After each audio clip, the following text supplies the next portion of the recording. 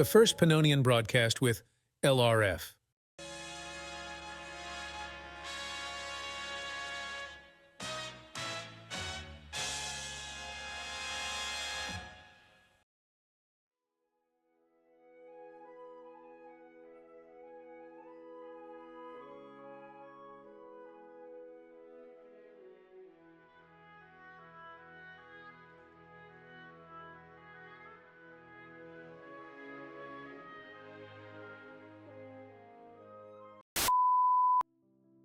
Today, many historians view the Pannonian Basin as a cradle of civilizations.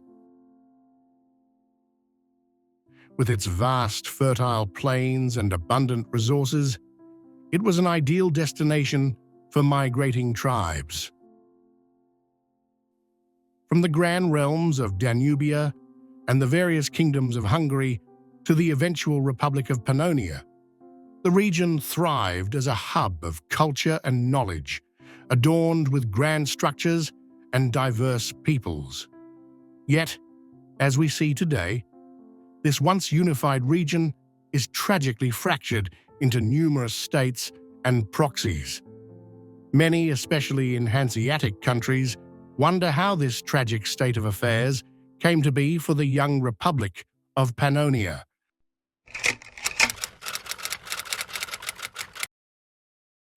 The young Republic of Pannonia had already faced numerous challenges and obstacles throughout its existence.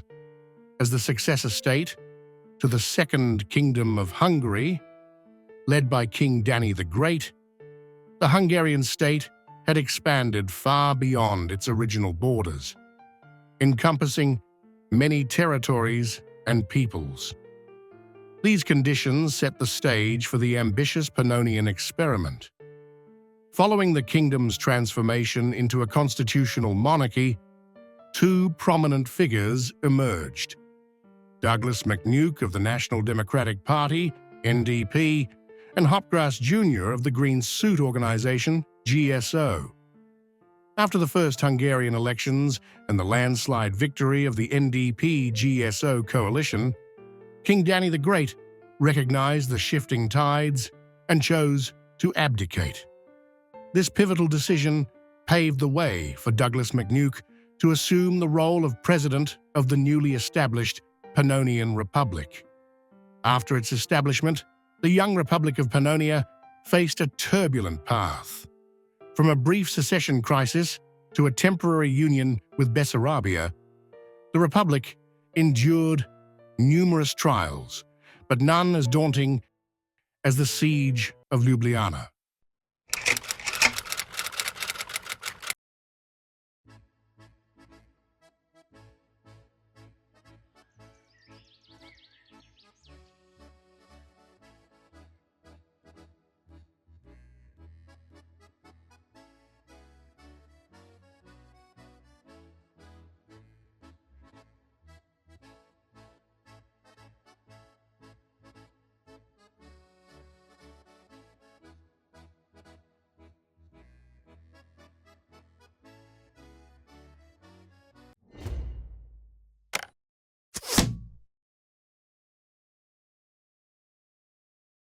Unfortunately, the Republic drew the attention of the warlord Moldwin and his clique, notorious for their previous incursion, a bold strike deep into the United Kingdom of the Netherlands and the city of Frankfurt.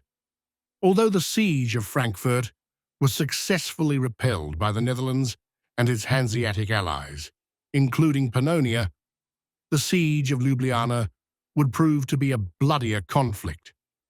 Spanning 3 long days and nights, the siege brought fear and devastation to the local population. Pannonia's Hanseatic allies, led by the Netherlands, sent some of their finest soldiers, including the 1st Dutch Expeditionary Corps, under the command of General Mete, 44 high definition. Despite their valiant efforts, the young Republic tragically lost the siege. Ljubljana, its beloved capital, was ransacked by the seemingly barbaric forces of Moldwin's banquet, marking a dark chapter in Pannonian history. After the loss of this crucial war, instability began to take root within the state. Fingers were pointed, divisions deepened, and the nation found itself fracturing as people turned on one another. The once strong coalition between the NDP and GSO had dissolved by the time of the second election in Pannonian history. This election resulted in the controversial victory of newly appointed Prime Minister Applehead. The legitimacy of the results was widely questioned, further fueling national tensions. The situation came to a head on August 23, 2022, when a group led by Douglas McNuke, joined by Nicky Bonzo, Farlanda Jano, and Primus, travelled to Cluj-Napoca. There they held a party in front of the Jonas Church of Cluj-Napoca. The festivities spiraled into chaos, culminating in the church being vandalized and trashed. During this critical moment, an unknown individual killed the dog of the church's head pastor, KDK10. The following day, KDK10 arrived to find his church desecrated and his beloved dog slain. Outraged, he immediately sought justice, bringing the matter to the attention of Cluj-Napoca's mayor, Hopgrass Jr. In turn, Hopgrass contacted acting Prime Minister Applehead, who issued an arrest warrant for McNuke and his associates. However, McNuke had no intention of surrendering and devised plans to evade justice. McNuke acted swiftly, declaring independence from Pannonia with the support of his ally, Nicky Bonzo in Eger. Together, they proclaimed the Republika Slovenija. Meanwhile, the central government spiraled further into collapse, as acting Prime Minister Applehead was nowhere to be found. The situation worsened when Nicola alleged that the previous elections had been rigged. In response, Budapest, Cluj, Odessa, and Keszthely seceded, forming the Carpathian Kingdom. Hopgrass Jr. was crowned as King Hopgrass II, solidifying the breakaway state. The only territories that remained loyal to the Pannonian government were Selovec and Bosnia, both defended by a small, overstretched garrison. McNuke made a brief attempt to resolve the crisis peacefully and reunite the fractured nation, but his efforts were in vain. The proud Pannonian eagle had shattered, and it had begun.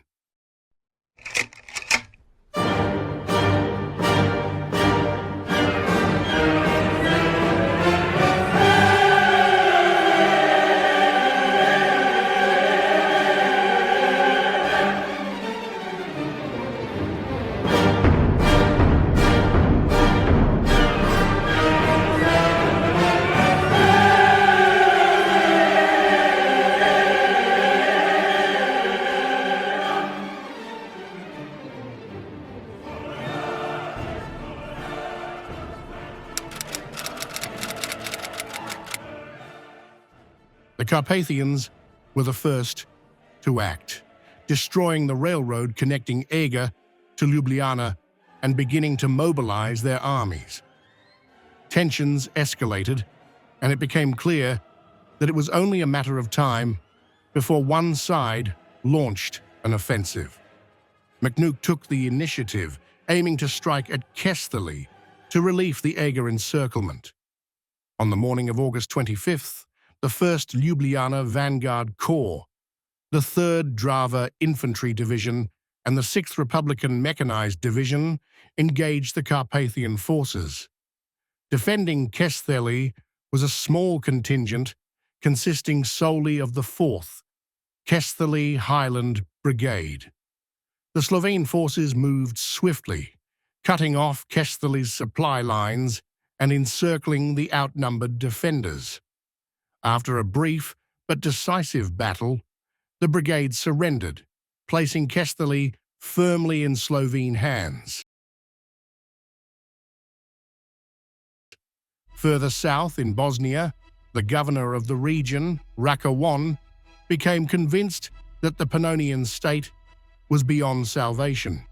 Having already laid plans for secession, Rakowan declared the formation of the Republic of Yugoslavia, accompanied by a proclamation of neutrality in the escalating conflict. On the international stage, the two opposing sides in the Pannonian struggle garnered support from rival powers.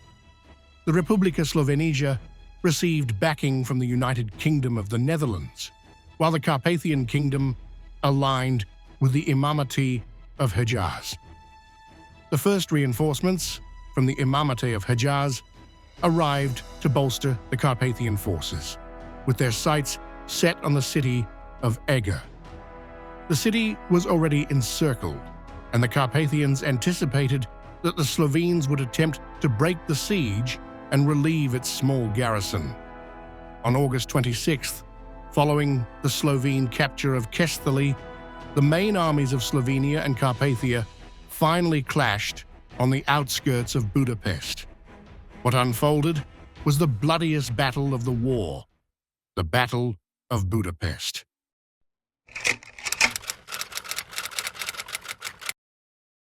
On the Slovene side, the ranks included the 1st Ljubljana Vanguard Corps, the 3rd Drava Infantry Division, the 6th Republican Mechanized Division, and the elite 1st Black Eagle Commando Regiment. Opposing them were the Carpathian forces, comprising the 2nd Budapest Honor Division, the 1st King's Shadow Regiment, the 2nd and 3rd Hejaz Jihad Regiments, the 5th Carpathian Eagle Battalion, and the 4th Royal Cluj Guard Corps. The Slovene forces launched the first assault at approximately 8 a.m. on August 26th, aiming to pierce the Carpathian defensive lines, secure Budapest, and open a corridor to relieve Eger. The 1st Ljubljana Vanguard Corps and the 6th Republican Mechanized Division spearheaded the advance, driving swiftly into Budapest's outskirts, which had been left suspiciously undefended. Confusion spread among the Slovene ranks as they encountered no resistance during the initial push. As the Slovene troops advanced deeper into the city, they entered the heart of Budapest proper and walked into a carefully orchestrated trap. Carpathian forces, including the 2nd Budapest Honor Division and the 4th Royal Cluj Guard Corps, were entrenched within the city, utilizing the urban terrain to their advantage. Heavy fighting erupted as the Slovenes moved into the tightly packed streets, with combat devolving into brutal house-to-house engagements. The elite 1st Black Eagle Commando Regiment led assaults on key Carpathian positions, engaging directly with the 1st King's Shadow Regiment, a highly disciplined and deadly unit of Carpathian loyalists. Meanwhile, the 3rd Drava Infantry Division worked to secure supply lines and support advancing units, but was quickly drawn into fierce skirmishes with the 5th Carpathian Eagle Battalion, which used ambush tactics to devastating effect. On the eastern flank, the 1st Dutch Volunteer Corps attempted to outflank the Carpathian defenses, only to encounter the 2nd and 3rd Hejaz Jihad regiments. The Hejazi forces, well-trained in guerrilla warfare, inflicted heavy casualties on the Dutch volunteers, forcing a costly retreat back to Slovene lines. Despite initial Slovene gains, the urban warfare took a severe toll. Entire neighborhoods became battlegrounds as artillery fire and close quarters combat devastated both military and civilian infrastructure. Thousands of citizens were displaced and casualties mounted on both sides. The Slovene 6th Republican Mechanized Division managed to break through several defensive positions but was eventually isolated when Carpathian forces counterattacked and cut off their supply lines. By the 5th day of fighting, the tide turned against the Slovenes. The Carpathians executed a well-coordinated maneuver, encircling a significant portion of the Slovene forces, including elements of the 1st Ljubljana Vanguard Corps and the 3rd Drava Infantry Division. Trapped within the ruins of Budapest, these units fought valiantly to hold their ground, but suffered catastrophic losses. Despite the eventual retreat of the surviving Slovene forces, the battle left both sides battered and bloodied. The Carpathians managed to hold Budapest, but their victory came at a tremendous cost. Entire divisions were decimated, and the city was left in ruins. The Slovene dream of a quick path to Budapest and Eger had been shattered, marking a grim turning point in the war. After the devastating loss at Budapest, any hopes of connecting with Eger were dashed. The remaining garrison of the city, the 5th Eger Freedom Corps, under General Nicky Bonzo, was forced to evacuate. With the assistance of their Dutch allies, they managed to extract the city's most vital assets and personnel. However, this marked the end of Slovene control in the region. All remaining Slovene military presence in the area was swiftly eliminated, save for a few scattered units that retreated into the Slovak mountains to regroup and harass Carpathian forces through guerrilla tactics. Despite their victory, the Carpathians were far from unified. The heavy losses at Budapest had shaken their stability, and internal divisions began to surface. Among the most significant challenges was the unrest in Bessarabia. Niklor, the governor of the region, had grown increasingly disillusioned with the Carpathian leadership. With his own ambitions and power at stake, Niklor viewed secession as the best path forward. The losses at Budapest cemented his decision. On September 4th, Bessarabia declared independence from Carpathia, further fracturing the already unstable state. This marked the beginning of a new phase of turmoil, as the Carpathian kingdom faced internal dissent and external pressure, threatening its very survival. As the situation in the region escalated daily, the Hanseatic League debated whether to intervene further to stabilize the deteriorating conflict. While the Netherlands had already committed an expeditionary division to support the Slovenes, broader action was contentious. The League's council faced countless debates, with some members urging restraint and others emphasizing the need for decisive action to prevent further chaos. The developments in Bessarabia, particularly its declaration of independence, served as a tipping point.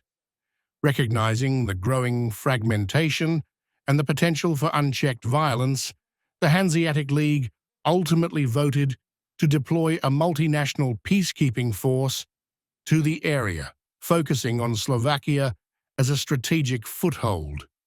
Upon arrival, the Hanseatic peacekeeping force quickly linked up with the remnants of Slovene units that had been holding out in the Slovak mountains. These beleaguered troops, though few in number, provided crucial intelligence and logistical support, enabling the Hanseatic forces to coordinate their efforts effectively.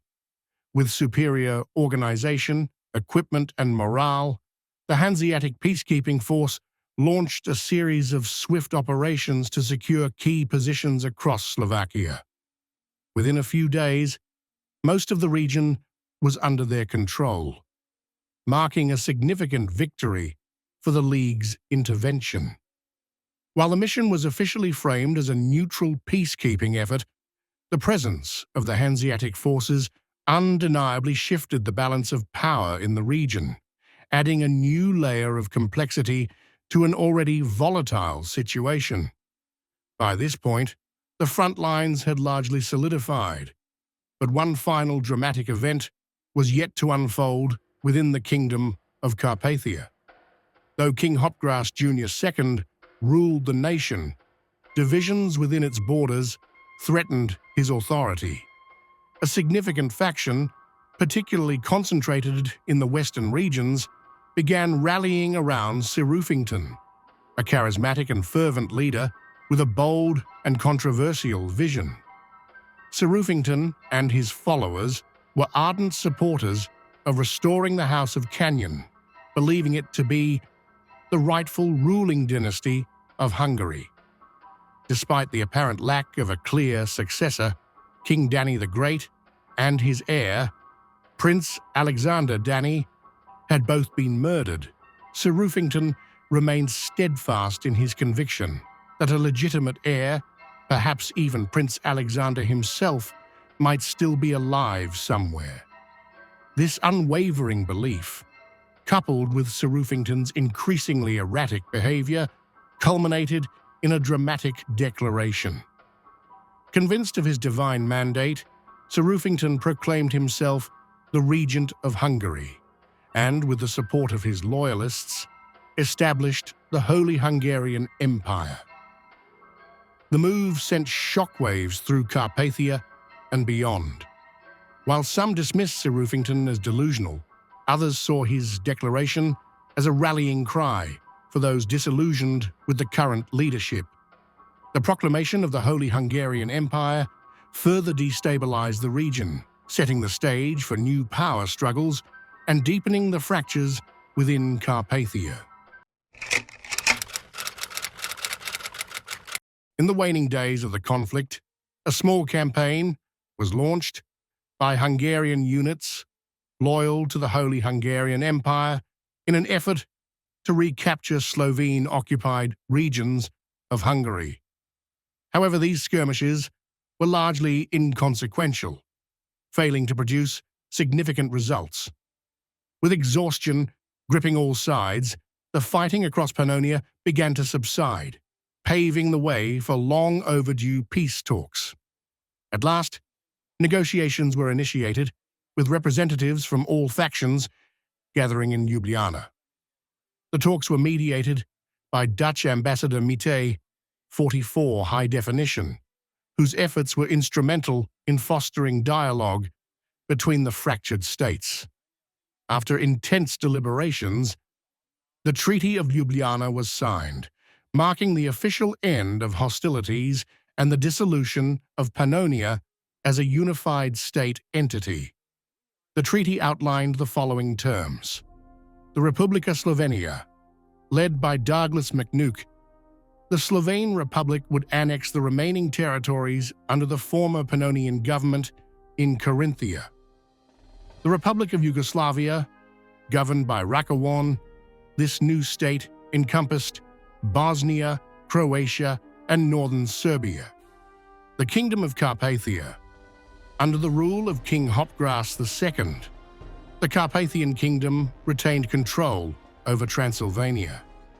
The Hanseatic Mandate of Slovakia, administered by a special Hanseatic peacekeeping force, this region became a protectorate of the Hanseatic League.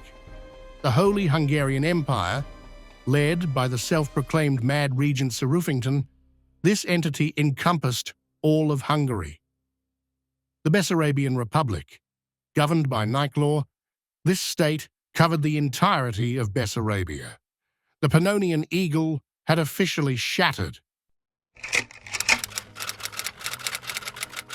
And so, this is where we find ourselves today, with the once great state of Pannonia fragmented and disunited.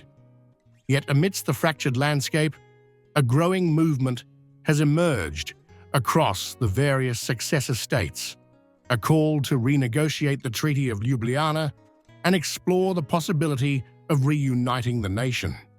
Simultaneously, voices are rising within the Hanseatic Mandate, urging the League to relinquish control and allow the people of Slovakia to determine their own future.